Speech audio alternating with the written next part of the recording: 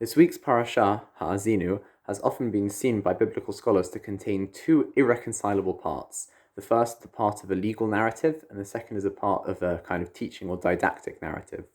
To give an example, the song begins right at the start, Ha'azinu hashamayim wa'adabeira v'tishma ha'aretz imrefi, which is some kind of invocation of the heavens and earth to bear witness to all the charges that God is going to bring against the Jewish people. We see a similar thing at the beginning of the first chapter of Isaiah, Shem'u shamayim v'ha'azini eretz ki Adonai diber, where, listen, I call forth the witnesses, the heavens and the earth. God's about to make his opening statement, in which case it certainly begins, Ha'azinu begins as some kind of legal proceeding that God raises against the Jewish people. But on the other hand, in the very next verse, it's described as a lekach, ya'arof kamata likhi, which seems to suggest that this is some kind of teaching that God is giving over. So, as biblical scholars do, the obvious answer is there were two things, and they were interpolated. One was interpolated into the other, and it was done very shoddily put together. And that's generally the answer, because when biblical scholars are unwilling to engage with the text on the text's terms, what happens is you come up with answers like, we're right and we're going to reinterpret things until our answer makes sense. However, Stephen Weitzman from the University of Indiana, in an article he wrote for the Harvard Theological Review, insists on engaging with the text on the text terms and within the text's literary context, something that is gaining traction among biblical scholars now. And he suggests that we look at the story of Achikar, a piece of ancient wisdom literature, to understand the literary theme that's going on here. In traditional Robert Alter style, the idea that when certain narratives are repeated, or ideas within narratives are repeated, it's not necessarily two traditions competing that were badly redacted into one document. It's much more likely that there is an ancient literary tradition that finds its expression through different ways in this document.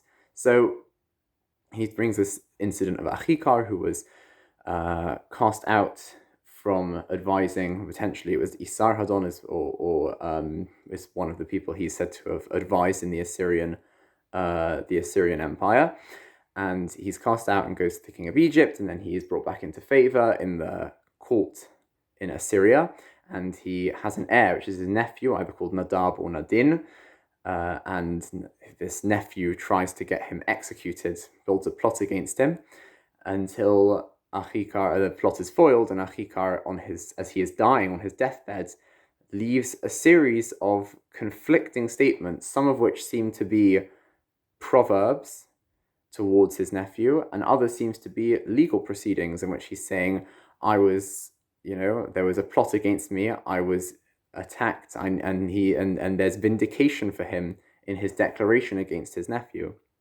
So we see a similar tension existing in this text, and he says, so argues Stephen Weitzman, that there is a connection between the two. So he provides a few parallels between those two. The first is the teaching of a dying sage, which is not uncommon in the ancient Near East, but as always, it's the amashon of all the parallels. But the first is the teaching of a dying sage. In our case, Moshe, and in the other case, Achikar.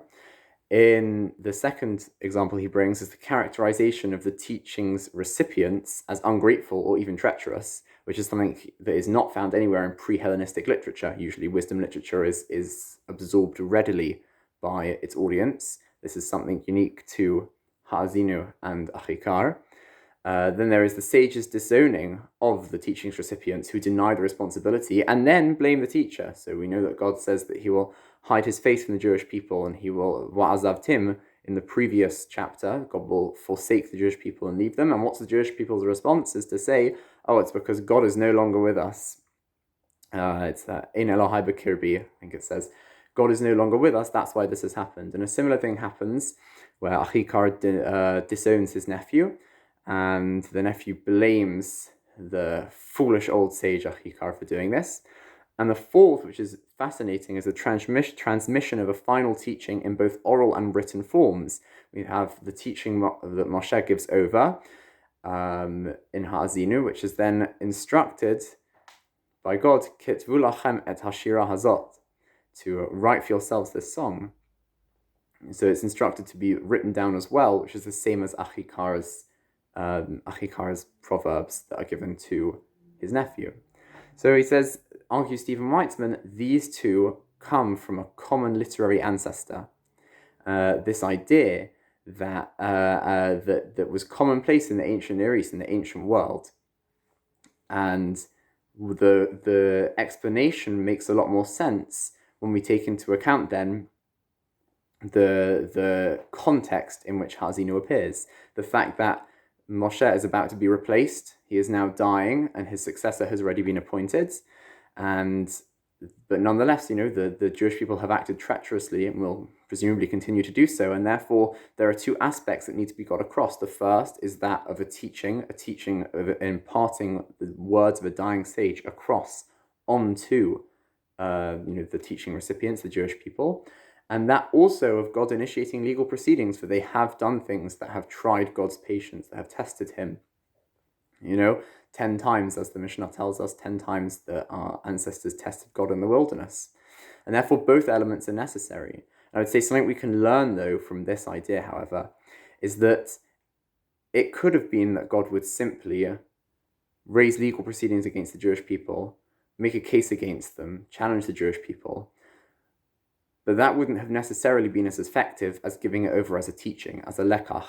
When God gives over a teaching, when God initiates legal proceedings, he wants to couple that with a teaching, with information, with wisdom, with which the Jewish people can move forward with it. It's never enough to simply accuse the Jewish people, to make accusations, to raise the problems, without at the same time giving advice, giving wisdom that God can impart to the Jewish people through Moshe, or that Moshe can impart to the Jewish people, that can help them in the future and help them overcome these things.